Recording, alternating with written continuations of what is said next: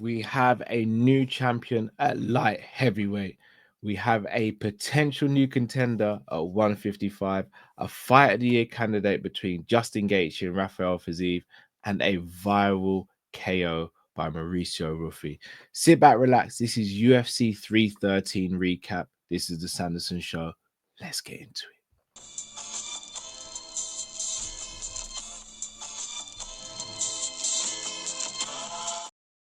Hope you're well, lovely people. As always, please make sure you subscribe, comment, and like on the road to 6,000 subscribers. Almost there. Just need your helping hand to get there. Let's start with the main event, and that was the light heavyweight championship bout between Alex Pereira and Magomed Ankalaev. This was seen as Alex's toughest test, and you can understand why. A fighter who's a good striker, a fighter who's well rounded, very good grappling, strong on the feet, strong on the ground, and just a real nightmare to fight. He's only been beaten by one person in the UFC.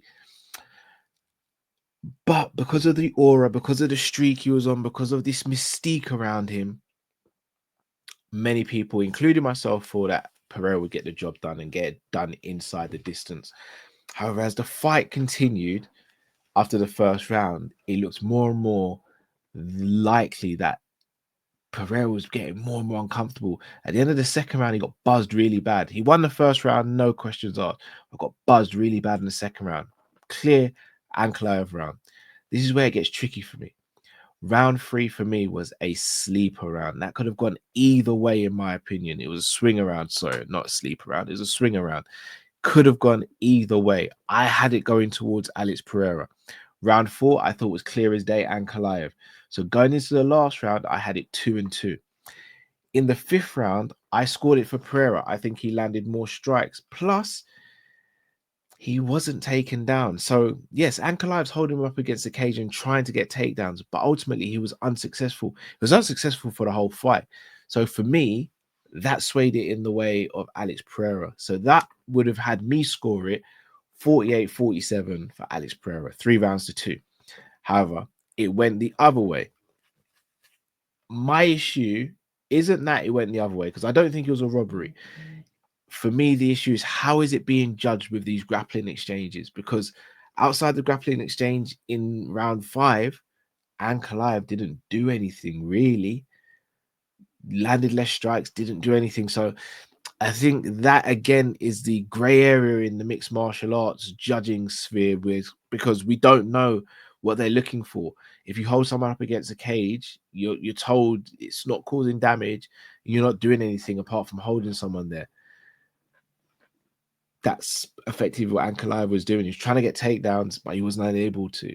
So it's going to be a tricky one. Look, we've seen Alex Pereira bounce back from defeat against Israel Adesanya after he was knocked out 185, went up to light heavyweight and went on an absolute tear. I'm intrigued to see if they run this back, and I'm also intrigued to see how Alex Pereira bounces back. Look, a lot of people were saying, is he fully invested? Is he giving his all to training camps, etc.? You see him doing stuff with Nina Drama, you see him doing content with other people. Alex is a star. I think he knows how to split his time. I don't think he left any stones unturned going into this fight. However, it'd be very interesting to see how a newly motivated Alex, you know, takes this fight on. And also, I'm intrigued to see how Ankalaev carries the belt. Look, we saw it with Leon Edwards when he beat Kamaru Usman. He got dominated for a large portion of the second fight they had, the fight where he won the belt. Then in the third fight, he dominated most of that fight. They say the championship makes you 30% better. I want to see if it does or not. Let me know if you want to see them run it back, guys. On to the co-main event. It was meant to be Justin Gaethje versus Dan Hooker, which would have been an absolute barn burner. Instead, we got Justin Gaethje versus Rafael Fiziev, which was an absolute barn burner. We saw their first fight at the O2 back a few years ago, and it was a great fight then as well. This fight for me was even better. Can we start off by crediting both men, though? Firstly, Rafael Fiziev for taking the fight on 12 days' notice. Secondly, Justin Gaethje for accepting the fight on 12 days' notice. Both men have to take credit. Dare I say it, Justin deserves even more credit than Rafael, because Justin didn't have to take this fight. He's training for a long rangy fighter, goes in against a short, stocky fighter. Again, he may not have the strap anymore, but he's still a BMF in my eyes. And his fight was brilliant. First round again, I scored for Zeev.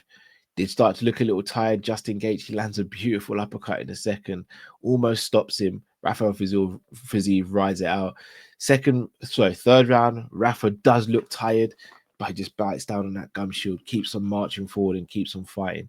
And Justin Gaethje, you know what he's about. You know what he's about. Every time he steps in that cage, it's fireworks and it's explosions. And I can't wait to see him fight again. I'm so glad he came back from the max knockout, which was devastating, decided to fight again. And I think we're going to see a few more fights from the highlight Justin Gaethje.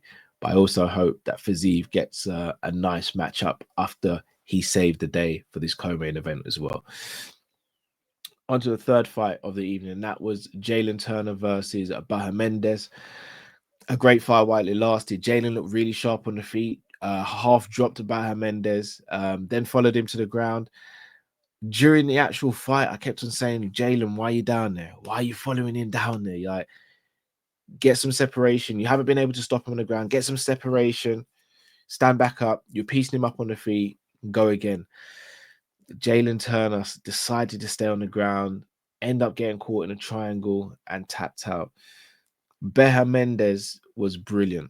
No credit taken away from him. He recognized Jalen's weaknesses, recognized his strengths, and got a fantastic submission win, which now catapults him into the top 15 of an ever growing and an ever great lightweight division. For Jalen Turner, though, apparently he did say to John Morgan as he was walking out the cage, and also laid his gloves down in the cage, saying that that would be his last fight. Jalen Turner's a really young man. And he said he's not sort of had his head right since UFC 300. And it's pretty obvious why that is. When he knocked out King Green, he got a lot of backlash for saying, why did he hit him so many times? And he didn't want to do that to King Green. He's got a lot of respect for him. And you saw in the Moicano fight, he dropped Moicano, and instead of rushing him and finishing the fight, he eased off and then lost that fight.